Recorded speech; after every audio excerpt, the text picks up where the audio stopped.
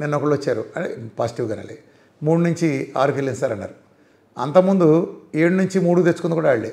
మరి 7-3 తెచ్చుకున్నారు కదా, అప్పుడు మీరే తెచ్చుకున్నారు, మరి 3-6కి ఎందుకు వెళ్ళిందంటే అప్పుడు రహస్యం బయటకు వస్తుంది. ఆ కొబ్బరి నూనె తాగబుద్దిగా తాగలేదండి అంటే మీరు ఎల్లో తినమన్నారు కానీ గుడ్లు చూస్తేనే వాంతి అనిపించింది, దగ్గర కూడా రానిలేదండి. అంటే మీ నీళ్ళు సిస్టమాటిక్ ఇచ్చారు కానీ 3 లీటర్లు తాగమని మేము 1/2 లీటర్ నుంచి ఇవ్వలేకపోయామండి. తాగబుద్ది కావట్లేదండి, ఏమైనా కొంచెం అన్నంగానే కానీ చెప్పండి. అవన్నీ మంచి చెడ్డైన బేసిస్ కాదు మనం ఇచ్చింది. ఈ ప్రోగ్రాంకి అడ్డమా కాదనే బేసిస్ మీద ఈ డైట్ డిజైన్ చేయబడి ఉంది. ఇది ఒక తాత్కాలిక ప్రోగ్రాం.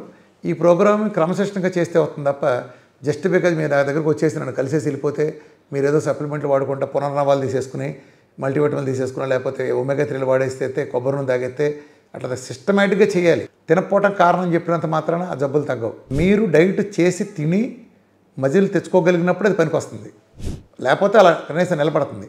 మీరు తక్కువ వెళ్తే అది పెరుగుతుంది కూడా. క్రియాటిన్ గుర్తుపెట్టుకుని విపరీతంగా పెరుగుతాయి. పోనీ ఎంతకంటే ఆల్టర్నేటివ్ ఏమైనా ఉందా?